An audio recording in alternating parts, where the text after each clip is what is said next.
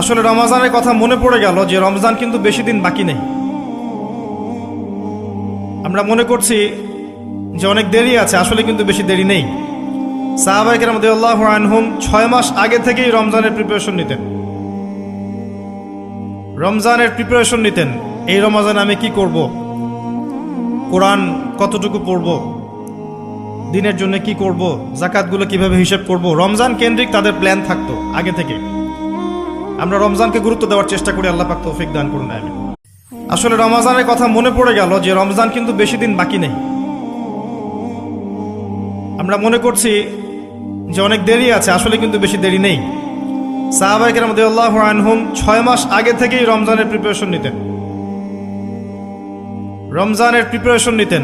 এই রমজানে আমি কি করব, কোরআন কতটুকু পড়ব, দিনের জন্য কি করব, যাকাতগুলো কিভাবে হিসাব